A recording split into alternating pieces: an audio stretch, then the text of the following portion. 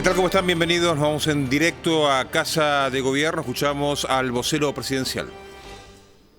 Bueno, buen día a todos. Primero, muchas felicidades.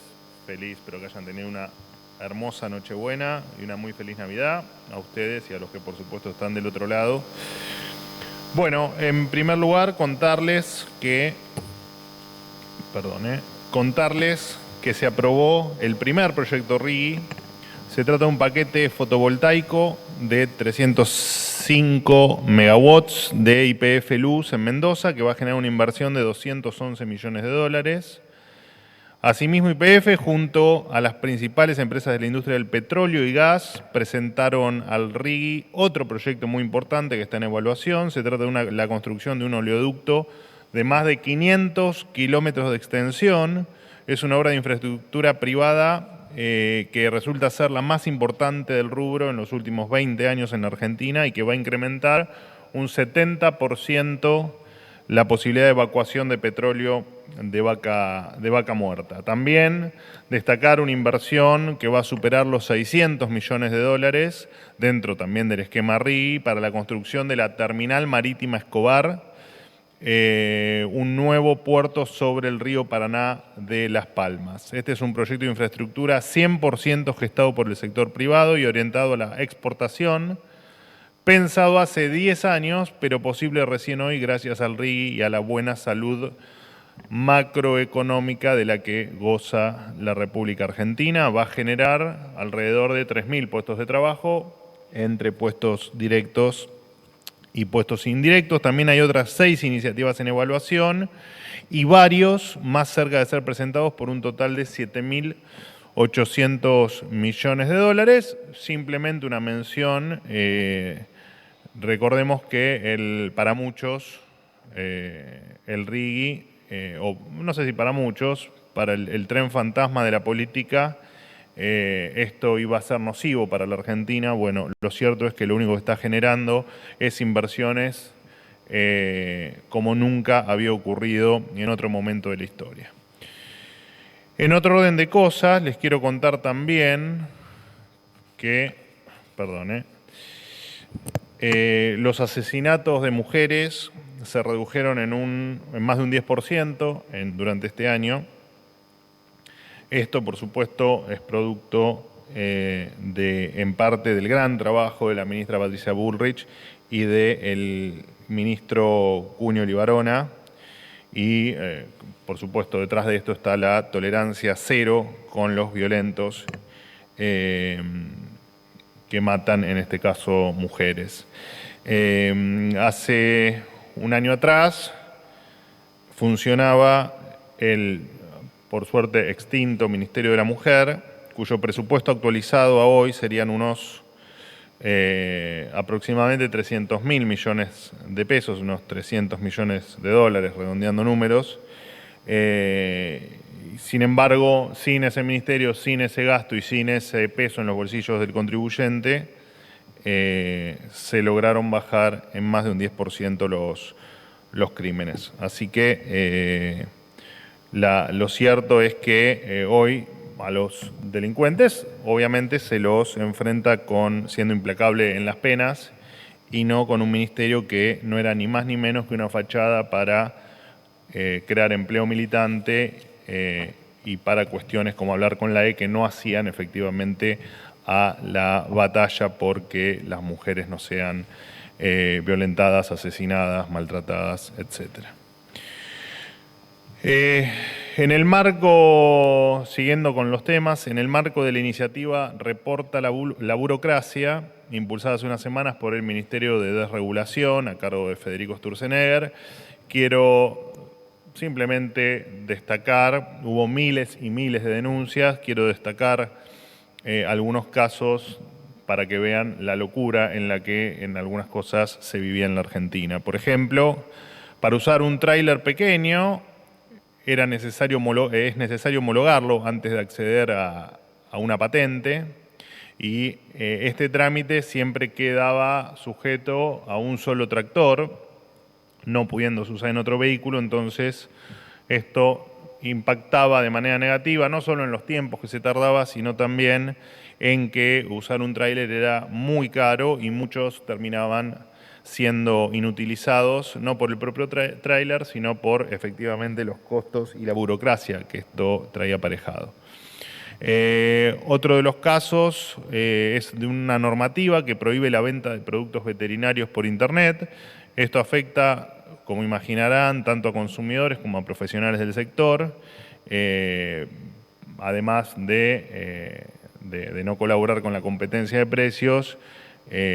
Tampoco es fácil acceder a productos de calidad cuando no se tiene Internet como intermediario. Y después también queríamos destacar que la importación de maquinarias usadas tenía trabas ridículas. En el caso de querer uno importar un bien usado, era necesario tramitar lo que se denomina CIBU, que es el Certificado de Importación de Bienes Usados, cuya emisión estaba sujeta a la consulta previa a la Secretaría de Industria y Comercio, y este certificado para ser aprobado tardaba meses y además en la mayoría de los casos era rechazado. Entonces esto hacía que muchas industrias tengan que condenarse a trabajar con tecnología absolutamente obsoletas. Por supuesto, esto promovía también la corrupción y las vías informales para la adquisición de estos equipos, para sortear claramente estas restricciones que, repito, para algunas industrias es necesaria esta importación para poder operar con la mayor eficiencia posible. Bueno, por último, y ya con esto termino, aprovechar para agradecerles a todos los que ven esta conferencia, sea por YouTube, por Twitch o por incluso cuando la van viendo durante el día, cuando van haciendo las repeticiones en los diferentes medios, y acompañarnos a todos ustedes que están ahí del otro lado, a toda la gente, a todos los argentinos por acompañarnos en este primer año de gobierno. Obviamente esto entiendo que va a ser hoy la última conferencia del año, ya quedan 2 días hábiles, así que entiendo que esta va a ser la última. En este tiempo, en este año, obviamente que Argentina cambió y mucho. En diciembre, bueno, de hecho hemos hecho un compilado con las preguntas que ustedes mismos me hacían hace un año y donde se repetían las preguntas sobre estallido social, crisis económica, etcétera. Y en un año que claramente la inflación había cerrado en el 211% anual. Bueno, hoy ustedes mismos por sus propias preguntas se darán cuenta que Argentina efectivamente cambió. Obviamente los datos nos hemos cansado de repetirlos, pero solo por los más importantes, hemos pasado una inflación del 54% mensual al 1.4%. Pasamos un riesgo país de 2.500 puntos a menos de 700. Bueno, ni hablar los rumores del dólar a 3.000, 2.000, 7.000, 10.000, que muchos se encargaban de diseminar por todos los medios de comunicación, a un dólar hoy de 1.200, incluso en valores por debajo de los que estaban en diciembre pasado. Y además, dando la posibilidad que muchos argentinos, si así lo desean, y creemos que muchos lo están deseando, puedan también viajar al exterior y tener esa libertad para poder tomar sus vacaciones. Pasamos del delirio de las calles tomadas, uno de los temas que que muchos pensaban que no tenía solución, también se han resuelto este año, bueno, por supuesto, gracias a la ministra Petovelo, gracias a la ministra Bullrich por este logro impensado para tan poco tiempo de gobierno.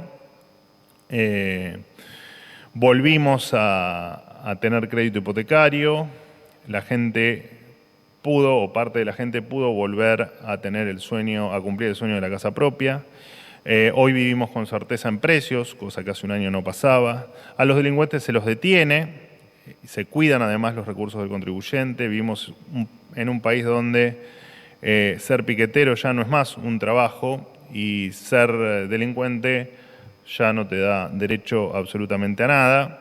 Vivimos en un país donde la pobreza empieza a ser una cuestión transitoria y no una realidad permanente, donde el mérito, trabajo e inversión ya no son un insulto, sino que son, y que entendimos todos que es el camino hacia una vida mejor. Así que quiero agradecerle a todos los argentinos por haber puesto el cuerpo, por haber confiado desde un primer momento, a pesar de haber tenido un año por momentos difícil, y también a cada uno de los periodistas de la sala, con quienes compartimos las conferencias y mantuvimos, creo yo, un diálogo fluido durante todo el año y con el mayor de los respetos.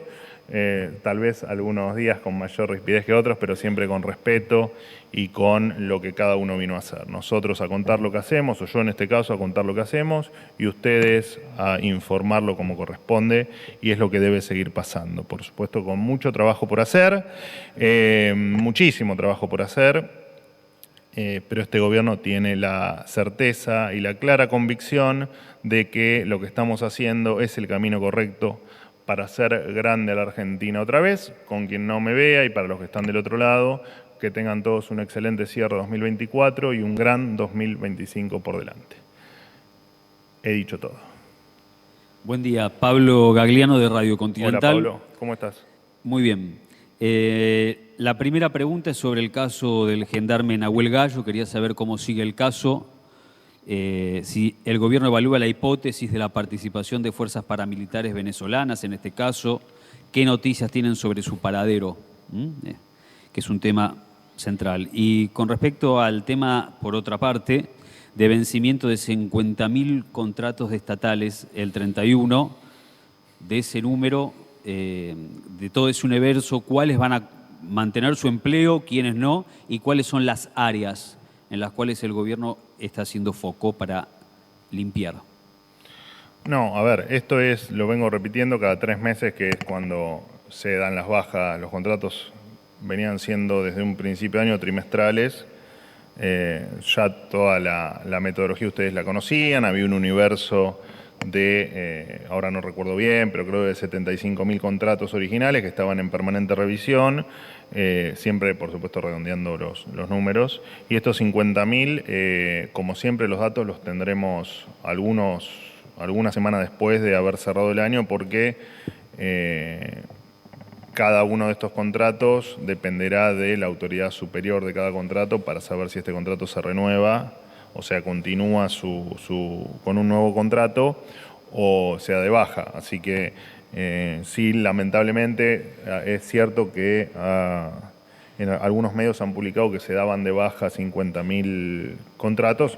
Esto lo desmiento cada vez que ocurre el trimestre donde se dan de baja contratos. Esto no es así, digamos, o en tal caso si es así es porque todos los ministros y todos los secretarios quieren dar de baja a todos los contratados, cosa que entiendo no va a ocurrir, al menos no es mi caso en lo particular de mi secretaría, así que los datos certeros los voy a tener luego entiendo, en la primera parte del mes de enero, pero será después del 10 de enero, supongo. Que es cuando las diferentes áreas pasan al reporte final. Con respecto a el gendarme detenido, bueno, obviamente la situación es extremadamente compleja, ya lo he dicho cada vez que me lo preguntan, cuando podamos brindar información o cuando esa información, en tal caso, no comprometa la seguridad o la vida del señor Gallo, bueno, efectivamente la daremos. Por ahora no tenemos nada para decir, de hecho no nos hemos pronunciado todavía en virtud de ninguna novedad que haya ocurrido, más allá de este tema con la documentación, bueno, algún tema que ustedes mismos han publicado en los diferentes medios. ¿Qué tal? Buenos días. Hola, Fabián. Manuel. Bien. Fabián Waldman para FM La Patria. Te quería hacer un par de consultas. La primera tiene que ver con una cuestión que el gobierno plantea como clara, y es la libertad de acuerdo entre empresarios y trabajadores. Es una de las consignas que has hecho en las conferencias de prensa a lo largo de este año. En ese sentido, bueno, el gobierno intervino en la paritaria entre los camioneros y los empresarios cuando ya habían acordado una suma, y decidió que debería haber, como no fue homologada, decidió intervenir, lo que motivó, digamos, de alguna manera, la reacción de justamente este sindicato. Y en ese mismo sentido, cómo se lee esta intervención, al igual que la resolución de hoy, en la cual el gobierno laudó entre empresarios y trabajadores en la mesa del Consejo del Salario Mínimo Vital y Móvil. Los empresarios, para que quede claro, planteaban una cifra cercana a los 280.000 pesos. El gobierno, los trabajadores plantearon, todas las centrales obreras, un número cercano a los 520.000, y el gobierno decidió laudar con la cifra justamente de 280.000 pesos. Y de otro tema, eso por un lado de los trabajadores, por otro lado del gobierno, te quería consultar si la incorporación de Diego Kravetz a la CIDE va a ser objetada desde el gobierno, luego de conocerse el video en el que el ex funcionario del PRO abofetea a un adolescente luego de ser detenido, imágenes que se viralizaron hace unos días, y si en este mismo sentido va a sostener, a pesar de estar haber fuertes indicios por parte de un consorcio de periodistas internacionales, la riqueza no declarada, repito, según esta investigación de Cristian Ritondo. Gracias. A ver, reformulame por favor la pregunta sobre el salario mínimo, que no... De nuevo voy. El gobierno alienta los acuerdos entre empresarios y trabajadores libremente. Pero eso fue por lo de camioneros, me refiero a la segunda pregunta que hiciste. Bueno, el gobierno laudó claramente a favor de los empresarios con un número mucho más cercano de lo que proponían las organizaciones que los representan, que es 280.000 pesos, contra lo que pretendían los trabajadores. Recuerdo que el salario mínimo vital y móvil es la base para fijar, entre otras cosas, muchas pensiones, inclusive la misma UH que el propio gobierno aumenta, los subsidios del ANDIS, lo que era el plan potenciar, o sea que si eso se mantiene bajo, hay muchísima gente que lo que perciben, por supuesto, es mucho menos de lo que efectivamente, por ejemplo, aumentó la inflación este año. Bueno, vamos por... Entonces, perfecto. No te había entendido la pregunta. Con respecto a la primera pregunta y respecto a la paritaria de camioneros, más allá de que obviamente no tengo el detalle fino, pero el gobierno siempre promovió las paritarias libres, lo va a seguir haciendo, pero incluso hubo otras paritarias donde el gobierno no homologó, ahora realmente, pero alguna incluso que hemos charlado, no sé si incluso con vos en alguna conferencia, el gobierno lo que hace es simplemente homologar la legalidad del acto. Digamos, no es que no interviene, digamos, siempre interviene dando efectivamente la homologación de ese acuerdo.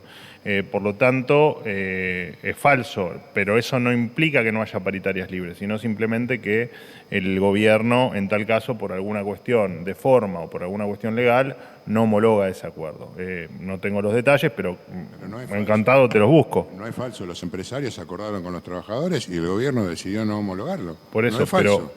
pero cuando no homologa es porque hay un defecto de forma o porque hay un defecto que va en contra de la ley. Como en este caso, desconozco cuál es, te lo voy a averiguar. De todas maneras, entiendo que lo podés averiguar en la Secretaría de Trabajo, pero me voy a encargar de, a pesar de que hoy no estoy con la NARI, de averiguártelo y de enviártelo. Con respecto al salario mínimo, lo mismo, digamos, el salario mínimo, cuando no hay un acuerdo de partes, efectivamente el gobierno tiene las herramientas como para imponer el salario mínimo que crea acorde. Déjame simplemente recordarte, siempre tomándote la misma fecha como para que valga la comparativa. En 2019 el salario mínimo era de 16.875 pesos, 210 dólares. En el 2020, te lo doy en dólares que es más sencillo, 125 dólares, 2021 157 dólares, 2022 179 dólares, 2023 156 dólares y 2024 231 dólares. O sea, de hecho 2024... ¿Qué se puede comprar con esos dólares ahora y qué se podía comprar antes? Bueno, no te traje la comparativa de poder adquisitivo, pero de todas maneras... lo que te quiero referir es, porque imagínate que tampoco tengo la canasta de precios de los últimos 5 años en la cabeza, no estaría acá, ¿no? Estaría en la NASA. Pero diste tu haciendo discurso de cálculo. candidatura recién, así que... No, pero para que veas que mientras que estas preguntas no se hacían, hoy efectivamente lo que pasa es que el salario en dólares, el salario mínimo, que dicho sea de paso, el salario real promedio de la economía hoy está en los $1.100 y no en los 300 que nos lo habían dejado en diciembre de 2023. Y efectivamente lo que te muestra es que no solo que somos razonables cuando no se ponen de acuerdo y cuando nos toca laudar, sino que además esto mejora en dólares el salario mínimo vital y móvil de un trabajador, más allá de que, te repito, ¿En serio el salario de hecho, promedio? conceptualmente, tener un salario mínimo es un error, ¿no? Conceptual.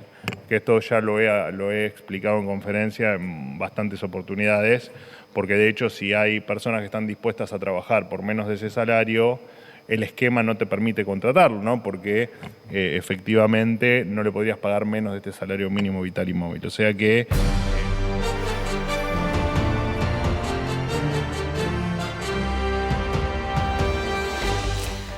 Hola, ¿qué tal? Muy buen día. Estamos compartiendo con ustedes toda la información para todo el país. Muy bien, ya arrancamos. ¿Cómo están? Bienvenidos.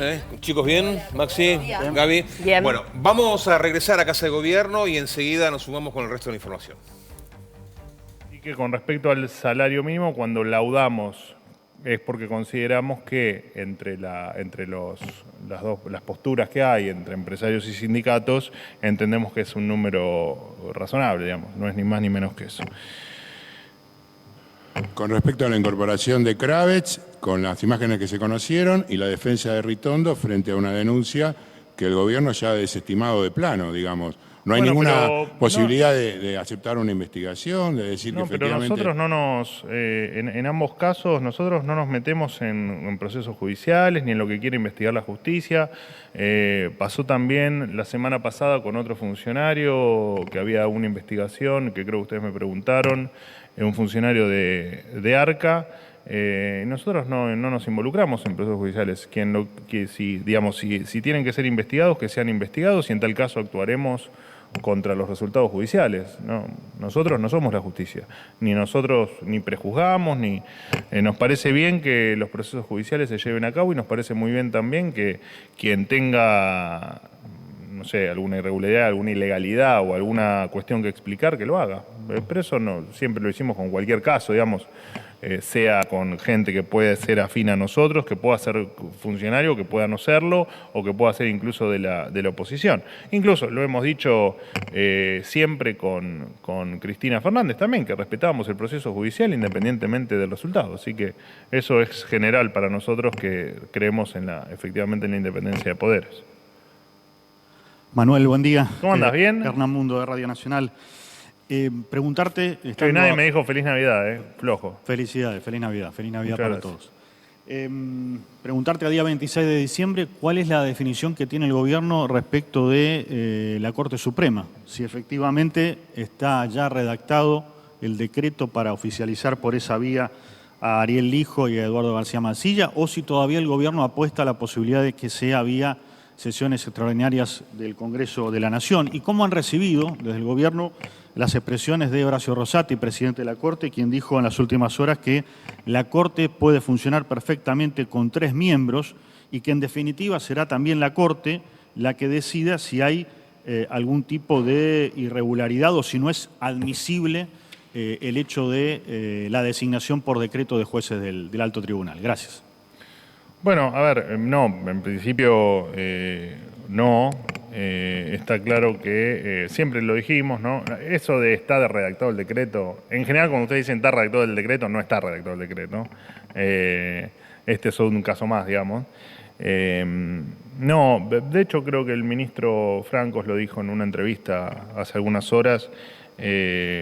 Todas las posibilidades están abiertas. El presidente ya dijo que lo iba a hacer solo en condiciones, lo de nombrarlos por decreto, solo en condiciones donde la justicia se empantane, digamos, donde se necesiten los miembros y el Senado no haya resuelto. Nosotros tenemos en claro que es una atribución que tiene el Senado y que lo deben resolver se debe resolver en ese ámbito. Nosotros solo vamos a intervenir en el caso de que efectivamente el Senado no lo resuelva y haya que resolverlo por alguna cuestión coyuntural.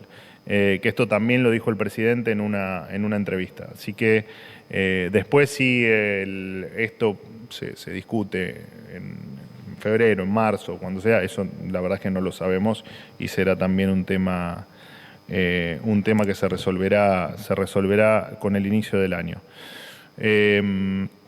Sobre los dichos de Rosati, ¿la Corte, a juicio del gobierno, puede funcionar con 3 miembros? Bueno, a ver, nosotros entendemos que la justicia clara, vuelvo nuevamente a lo que dijo el jefe de gabinete, Guillermo Francos, sobre que en realidad él se refiere a la justicia en general, ¿no? Nosotros, por ejemplo, en la justicia federal, durante 2023, que son los últimos datos completos que tenemos, ha resuelto solo el 0,4% de los casos graves sobre narcotráfico, por ejemplo. O sea, está claro que la justicia de manera ágil, y la justicia en general me refiero, ¿no?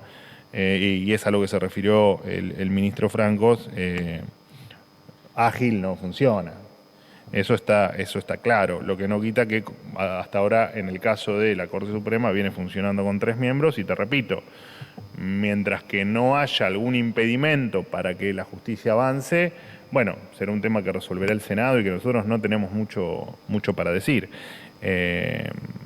Está claro que me parece que todos estamos más o menos de acuerdo en que la justicia, si hay algo que le falta, es agilidad. Así que eso me parece que va a ser un gran trabajo por delante para todos, el poder solucionar la lentitud en algunas cuestiones que tiene la justicia desde hace mucho tiempo, ¿no? Tampoco es un tema de ahora. Hola Manuel, ¿qué tal? Juan Pablo Peralta, Peralta, querido, ¿cómo andas? ¿Bien? Bien, acá. Felicidades para todos. Bueno, para Concierto Litoral. Muchas gracias. Por supuesto. Y para Fénix Buenos Aires, el lunes hizo mucho hincapié el jefe de gabinete Guillermo Franco sobre el tema de eliminar las PASO. Él lo enfatizó en el tema de los gastos, ¿no? Dijo, con las generales son 500 millones de dólares aproximadamente y unos 150 si se eliminarían las PASO. Bueno, sí. Todavía no está confirmado, pero probablemente se desdoblen las elecciones. Por ejemplo, en la ciudad de Buenos Aires ya creo que se explayó al respecto Patricia Burri, pero más allá de eso, en contra, ¿no? Obviamente. ¿Qué es acá un tema? Porque los partidos más chicos dicen, bueno, le quita posibilidades a los candidatos, a aquellos que no tienen estructura. Bueno, de hecho el presidente Milei en su momento también pudo presentarse a través de las primarias abiertas y simultáneas obligatorias. O una cuestión netamente, digamos, dineraria. ¿Cómo lo piensa esto la Libertad Avanza, el gobierno? Y después, por otro lado, te la hago esta por sí o por no, si querés, que es, no. ¿Vas de candidato, no, o vas a esperar que el presidente, si te lo pide, te vas a presentar? Tan insistentes, ¿eh? ¿Qué les pasa con mi posible candidatura? Sí, es cierto. Ahí te entiendo. Esperá que ya me olvidé lo que me preguntaste. El tema de las... No, a ver, el tema de las PASO es... por supuesto que hay un tema de fondos. Digo, hacerle gastar a la Argentina, a los argentinos, 150 millones... O sea, pues vos dijiste 500 millones de dólares, en realidad eso es todo el proceso electoral. Se calcula que las PASO tienen un costo aproximado, si se hiciesen hoy, de unos 150 millones de dólares, o sea, a número redondo, 150.000 millones de pesos. Es la verdad que nos resulta absolutamente innecesario. Y después tiene una cuestión de que además del gasto son cuestiones que deben resolver los propios partidos. Digamos, no hay razón para que la PASO, creemos en esto, en un nivel de 150 millones de dólares, tengan que utilizarse porque los propios partidos no pueden resolver sus internas y no pueden dirimir sus candidaturas. Así que nos parece un absoluto delirio. Después veremos si esto se trata en extraordinarias o no. Eso será un tema que también está por definirse. Y porque además... te repito, y además es más allá de lo económico, es una molestia tener que a la gente hacerle invertir parte de un domingo adicional en, aparte de aguantarse todas las cuestiones de los candidatos, las cuestiones de propaganda política y todo, el que parece que vivís todo el año inmerso en una contienda electoral, bueno, nos parece que es absolutamente innecesario. Pero claramente el tema de fondos es un tema muy importante para tan poco valor que aporta la PASO. Y con respecto al por sí o por no, me hiciste una pregunta que no se puede responder por sí o por no. Así que, ¿qué querés que te responda? Si el presidente te lo pidiera, ¿aceptarías? Sí, claro. Si el presidente me lo pide, por supuesto. Lo mismo el presidente me pida irme a mi casa o que me pida hacer, no importa, lo que sea. Nosotros estamos acá, todos, y el que no está, para empujar la agenda del presidente. Y si la agenda del presidente me pone a mí en un lugar, sea el de candidato, sea estando en mi casa o sea donde estoy, así será. De todas maneras, no suelo hacerlo, pero la pregunta debió haber sido, ¿qué te gustaría a vos? Pero bueno, ya está, no te voy a dar la posibilidad. Última pregunta. Buen día, Manuel. ¿Cómo estás? Muy Muchas bien. felicidades. Muchas gracias. Y bueno, la pregunta, Alberto Lampugano, Ecomedios AM 1220 y sus repetidoras. Visto la denuncia efectuada por la legisladora, más que nada diputada nacional de La Libertad Avanza, Pagano, en contra de las autoridades del municipio de la Ciudad de Buenos Aires con respecto al incidente de estos dos diplomáticos rusos en el día de ayer aquí en la Ciudad de Buenos Aires. El Gobierno Nacional, quizás a través de la Cancillería, ¿actuaría o intermediaría en este conflicto antes de que llegue a alguna instancia superior a nivel internacional? No, a ver, nosotros entendemos que eso no es un escenario posible. El que esto fue simplemente entendemos que fue simplemente el dirimir si esto tenía inmunidad diplomática o no, o cuál era la situación en la que se lo había detenido, pero no más que eso. Simplemente te aprovecho para contarte que el Ministerio de Seguridad junto a Cancillería enviaron al Departamento de Seguridad Diplomática de la Policía Federal Argentina el caso para que se haga cargo de la situación y dar cumplimiento, que fue el tema de debate, la Convención de Viena y las leyes que rigen las relaciones diplomáticas. Se los escoltó a la embajada y esto no es ni más ni menos que una actuación que debe seguir su curso por los canales federales correspondientes, pero casi te diría que es un tema estrictamente administrativo, así que no vemos ninguna chance de que esto tenga mayor implicancia que la que todos vimos desde el día de ayer con la detención del auto y la posterior y cómo se los escoltó posteriormente a la embajada, ¿no? Nada más que eso se resolverá, repito, por los canales que habitualmente se resuelven cuando ocurren este tipo de episodios, nada más. ¿Qué te pasa? No me lo digas así. Porque me haces decirte que sí, o sea, ¿me entendés? Es trampa eso. Puedes decir que no, pasa que tenés el sí fácil. No te creas. Dime. 3 preguntas muy breves. No, pero son muy breves, breves. Uno, te doy el dedo y me tomás la cabeza. Una pavada lo que tengo para preguntar. Uf, a ver. Pedirte 2 repreguntas en realidad, porque una no me quedó muy clara. Acabas de decir que no está escrito el decreto sobre la designación de los jueces de la Corte. ¿Eso significa que no va a haber decreto entonces? Primer tema. Segundo tema, una aclaración respecto de lo que te preguntaba Fabián por las paritarias libres. Hay una aclaración, una corrección también de lo que decía Fabián. No hubo acuerdo, no llegó a haber acuerdo porque el gobierno intervino antes, ni siquiera evitando la homologación. Advirtió antes a los empresarios que no iba a permitir un acuerdo que superara la pauta de inflación. O sea, ni siquiera está en su derecho de homologar o no el acuerdo. Intervino antes, o sea, no hay paritarias libres. Lo dijo claramente el secretario de Trabajo Cordero. Y la tercera, anunciaste hace un tiempo, no recuerdo cuánto, pero fue relativamente poco, que se le quitaba la jubilación de privilegio a la ex presidenta o vicepresidenta. ¿Se hizo efectivo eso o no? Bueno, empiezo por el final. Efectivamente, el día que yo lo anuncié fue el día que... Está bien, ya estamos en el final de año, se permite. Falta Gallardo acá rompiendo todo, empujando todo, cayéndose. El mismo día que yo lo anuncio se firma la resolución con la baja de la asignación por privilegio, no de la jubilación, ya lo dije, lo expliqué incluso en esa conferencia. Luego entiendo que el proceso fue judicializado. Desconozco la actualización judicial que tuvo el caso, no te lo podría...